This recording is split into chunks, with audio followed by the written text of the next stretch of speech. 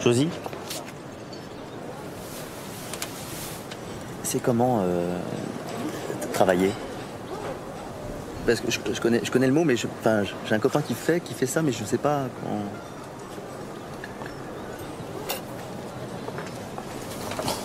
Je sais pas.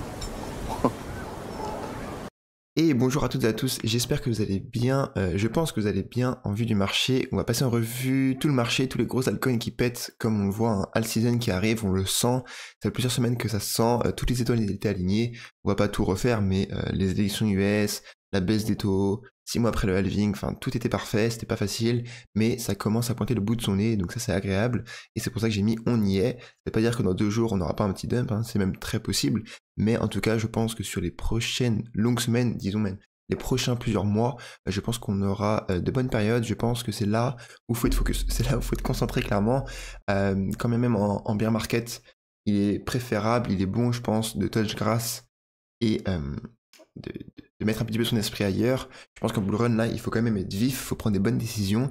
Mais en fait, il faut en prendre un peu plus parce que, tout simplement, bah, ton taux de win rate, il va largement augmenter, même si toi, tu ne deviens pas meilleur, en fait. Juste parce que les conditions dans lesquelles tu joues, elles sont plus simples. En gros, l'aider au poker, je pense à un mec de la communauté qui joue à pro de poker, par exemple. Mais au poker, si tu joues dans une table de pro, bah, c'est pas du tout pareil que quand tu es dans une table de fiche. Et forcément, ton win rate, quand tu es dans une table de fiches, bah, c'est là où tu veux jouer en fait. C'est là où tu vas gagner tes sous.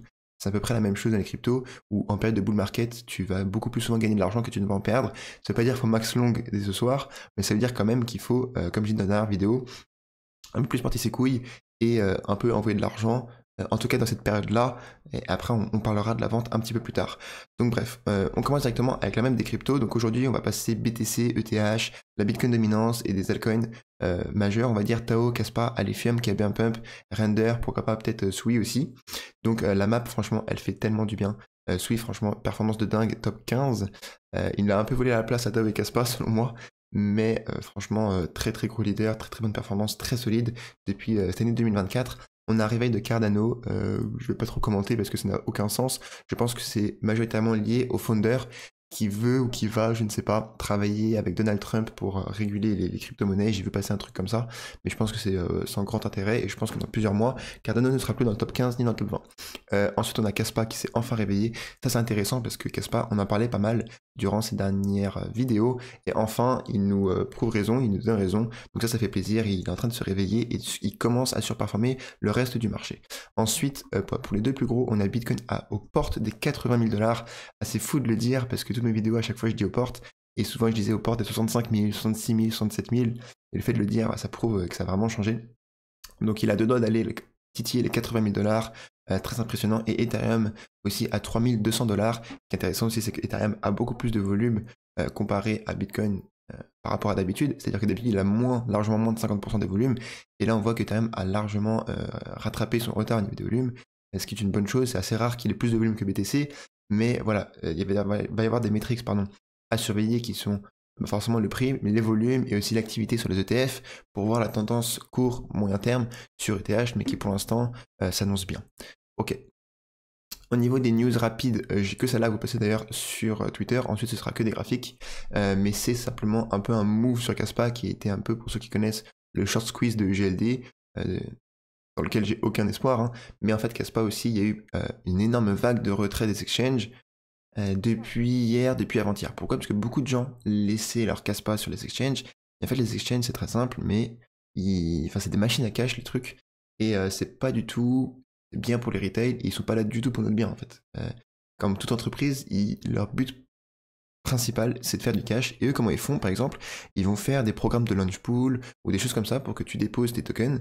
Et ensuite, vu que la majorité des coins, ils tendent vers zéro, c'est moins vrai maintenant, mais c'est particulièrement vrai en bear market ou en période d'accumulation, la majorité des cryptos, en fait, elles tendent vers zéro sur le long terme. Du coup, tu fais ça sur tous les cryptos que tu listes, bah forcément, tu vas avoir un taux de win rate à 70-80%. Donc, tu fais du launch pool, enfin bref, tu récupères de la supply, et ensuite, avec cette supply-là, bah, tu vas la short, parce que tu ne peux pas short, tu peux long si t'as pas de supply, mais tu peux pas short si t'as pas de supply. C'est-à-dire que pour short, comment ça se passe pour un exchange, ou même pour vous, hein, pour nous, quand on short, qu'est-ce qui se passe? Et ben, ils vont prendre ces quantités de tokens, ils vont les vendre directement au marché.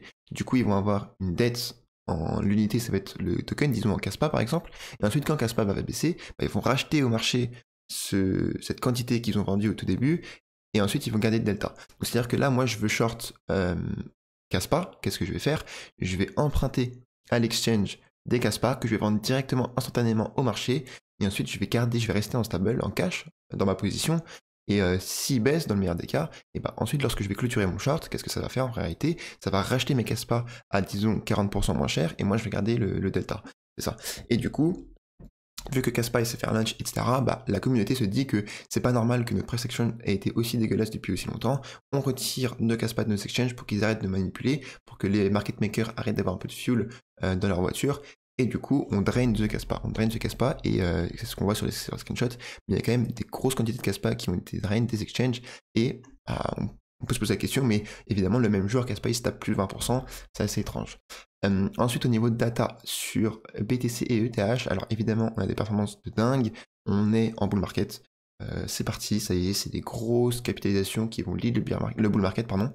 Et c'est parti, pour le prochain mois, c'est parti. En revanche, on est en week-end. Qui dit la volatilité et le pump de week-end dit que c'est les retail. Les institutionnels, ils vont revenir lundi. Faudra voir, mais il y aura très probablement, enfin c'est sûr même, il y aura un gap qui va être créé sur le CME. Donc ce gap-là, on va très probablement venir le combler, tellement il est proche. Et c'est pas du tout impossible que dès lundi, les instituts reviennent et ils rectent les retail, tu vois. C'est pas pour autant qu'il faut prendre ses positions, très très loin de là, mais c'est pas non plus le moment, je pense, de FOMO. Donc moi, je vais vous expliquer ce que je vais faire. Je vais pas rajouter, je vais pas revendre, je vais juste rotate une partie de mes fonds. Ok, et là on voit les funding rates qui sont extrêmement élevés, et ça veut dire quoi en fait? C'est ce qui va permettre la paralité, comment tu dis la paralité? Je sais, j'ai oublié le mot, ça va permettre que la paire en spot reste à peu près au même niveau que la paire en perpétuel par exemple. Donc ça veut dire que plus il y a de long, plus il y a un funding rate élevé pour inciter les gens à close leur long. Et à l'inverse, plus il y a de short, au final, plus on va payer les gens qui sont en long pour venir équilibrer et faire un arbitrage sur cette deuxième paire. Ok, et donc là on voit que les funding rates sont très élevés, ça veut dire que là tout le monde est en long et très probablement qu'on va venir liquider ces gens, parce que là on rentre dans une phase de marché qui est très haussière, certes, mais qui va être très volatile, si ce n'est beaucoup plus volatile que ce qu'on a jamais connu, et ça va être dans les deux sens, c'est-à-dire que là, durant l'année et demie qu'on a connu, les dips qu'on connaissait, c'était plusieurs mois. Là, ça va plus être plusieurs mois, mais ça va être aussi violent, tu vois. Donc, on va se taper des moins 30% en quelques jours. Et donc, forcément, ça c'est pour liquider les gens qui sont max long.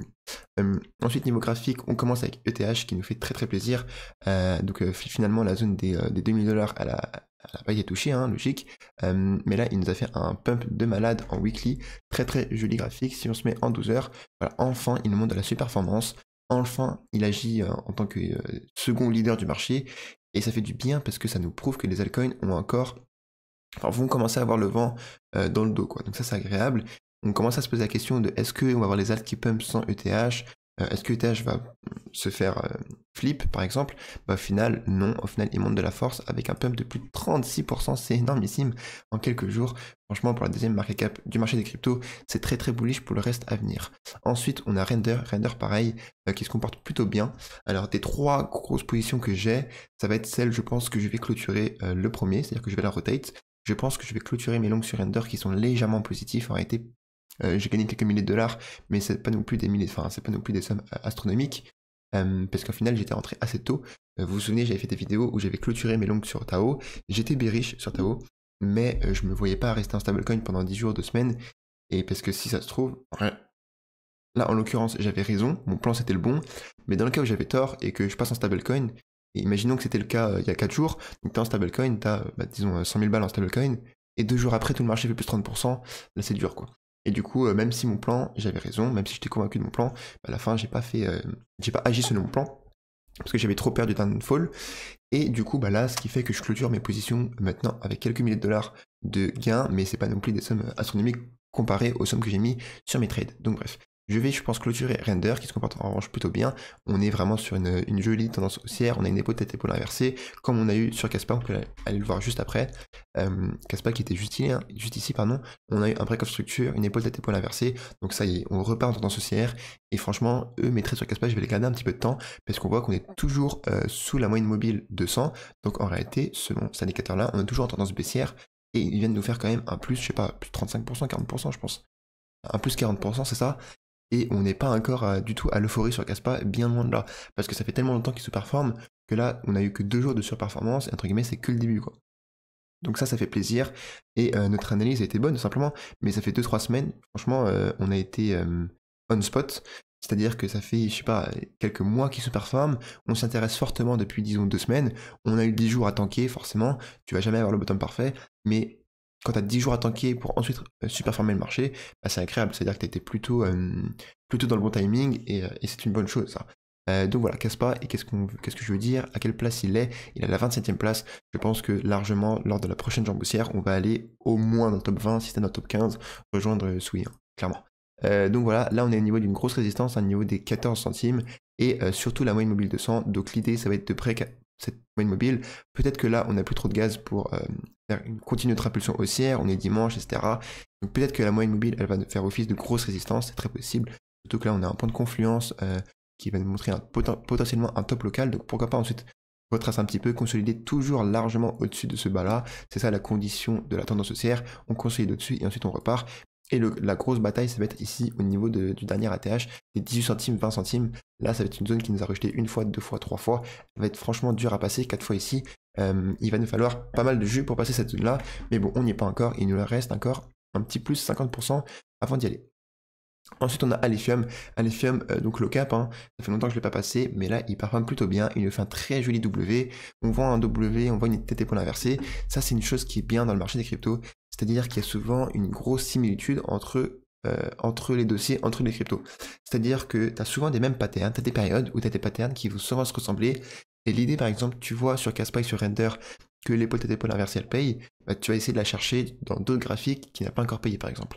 Et je pense, c'était fin août aussi où tu avais ça.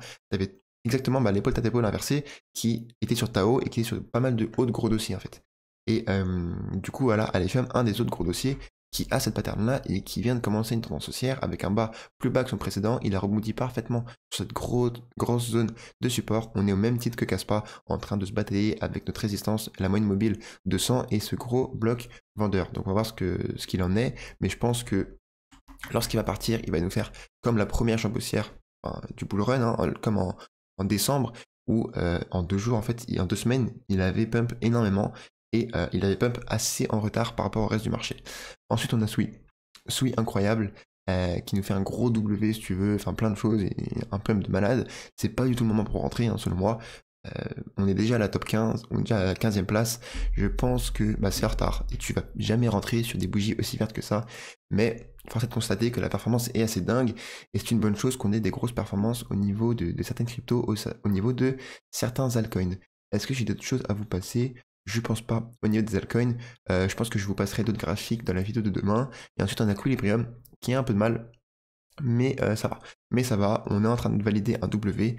Comme je vous le disais tout à l'heure avec Alephium par exemple, on a des patterns qu'on peut essayer de target, de voir dans d'autres projets par exemple. Et là, ça me fait penser largement à ici, hein, à ce W de Alephium, on a un bas, il va faire un W, un double bottom plus haut que le précédent. On est exactement dans ce genre de pattern là. Là, tout l'enjeu, c'est que le marché ne se retourne pas tout de suite et que Equilibrium revienne directement gagner ce range des 20 centimes et ce serait déjà un gros soulagement. Sur le graphique, ça semble pas très loin. En réalité, il faut comprendre que c'est un plus 50%. Plus 50% sur ton portefeuille, tu le sens quand même bien. Donc il y a du chemin à faire, mais il faut le faire. Voilà. Sur Equilibrium, évidemment, on va garder un œil là-dessus. Et donc moi, qu'est-ce que je voulais dire? Ah oui, je vais rotate des fonds que j'ai sur Render pour les envoyer sur Tao que je ne vous ai pas passé étonnamment, où on est encore une fois en très jolie dynamique haussière. On voit qu'on fait un bas vraiment plus haut que celui-là. Moi, au début, je pensais qu'on serait venu s'appuyer sur cette moyenne mobile, mais au final, même pas. Donc ça représente une bonne dynamique de 1. Et de 2, je commence à voir sur Twitter des gens qui s'impatientent alors que ça fait 2 jours. Mais ils se disent, putain, Kaspa, ça pump. Sui, ça pump. Pourquoi Tao, il fait rien? Alors que je crois qu'ils ont oublié que le mois de septembre, Tao était le seul à faire x3 ou à faire x2,5. Donc moi, ça, j'oublie pas. Et clairement, c'est le moment pour moi des gens qui capitulent, des gens qui deviennent impatients sur Tao. Ils vendent et du coup moi je vais racheter leurs bagues, ça me dérange pas du tout. Je vais commencer à rotate mes bagues en futur du coup de chez Render depuis Render vers Tao où je vais prendre des leviers très faibles parce que comme je vous l'ai dit, je pense que l'indice pas du tout impossible qu'on ait une correction, je sais pas moi. Même si BTC revient à 70 000 $, c'est pas du tout la fin du monde, ou même si ETH revient à 2500 $, c'est pas la fin du monde. Donc j'ai juste pas envie de me faire liquider dans les cas où ça arrive. Le but c'est de rester en vie le plus longtemps et de profiter de toute la tendance haussière qui arrive notamment sur les gros winners comme Tao, hein. Je pense qu'on finira dans le top 10 et qu'on finira à des prix bien plus élevés que ceux actuels. Voici pour la vidéo du jour, j'espère qu'elle vous a plu. Je souhaite à tous un excellent dimanche. Ne faites pas all-in aujourd'hui, attendez peut-être le début de la semaine prochaine. Mais normalement, si vous avez bien fait votre devoir, vous devez être largement investi sur le marché. Hier, j'ai forward un message d'un mec que j'avais vu sur un autre groupe, sur le groupe Telegram, qui disait qu'il était 85% stablecoin. C'était une communauté assez biriche après, mais t'es à 80% en stablecoin à des périodes comme ça, forcément, donc à sa place, dans un moment comme ça, bah là c'est dur, et tout l'enjeu c'est pas de se mettre dans des positions comme ça, quoi, c'est tout. Du coup, j'espère que c'est pas votre cas, normalement non, et sur ce, je vous souhaite un excellent dimanche, ciao ciao.